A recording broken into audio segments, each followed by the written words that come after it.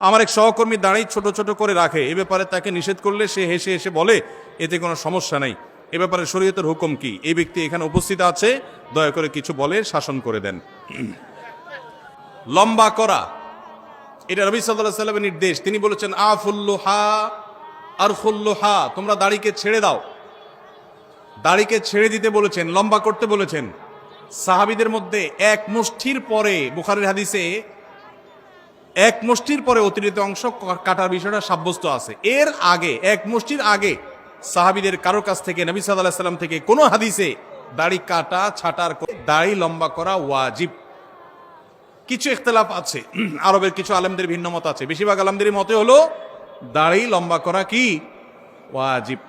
Egyptian কিছু আলেমদের ভিন্ন মত আছে, আরো কিছু আলেমদের ভিন্ন মত আছে। বাকি মেজরিটি আলেমদের মত হলো ওয়াজিব।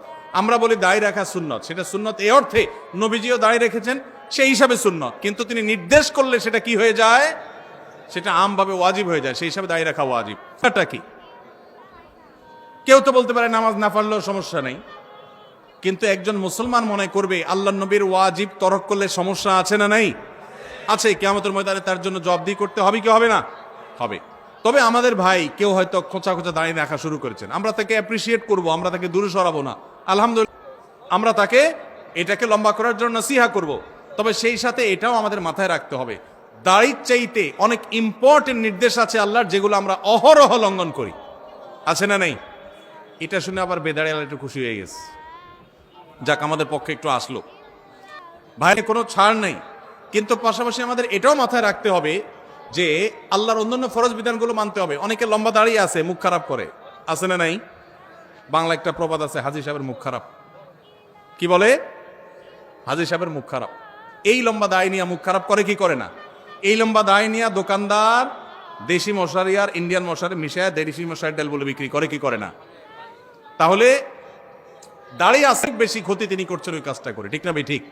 এই জন্য আমাদের পরিপূর্ণভাবে দিনে প্রবেশ করতে হবে, আল্লাহ আমাদেরকে তৌফিক দান করুন। কিন্তু সেই সাথে দাঁড়িয়েও লম্বা করার চেষ্টা করতে হবে। কিন্তু কোনো ভাই করছেন না, আমরা বেশিরভাগ মানুষ অন্যকে নিয়ে পড়ে থাকি। একটা বড় মুসিবত হলো বাংলাদেশের মানুষের, আমরা অন্যের চরকায় তেল একটু, আমাকে আল্লাহ দাঁড়িয়ে রাখার তৌফিক দিচ্ছে, আলহামদুলিল্লাহ। আমি এখন চিন্তা করবো আমার আখলাকটা ঠিক হয়েছে কিনা, আমি বউরে বাসায় গালি দিই কিনা, আমি কর্মচারীদের সাথে চালের মতো ব্যবহার করি কিনা, আমি মানুষের হক মারি কিনা, আমি মারি করি আমি।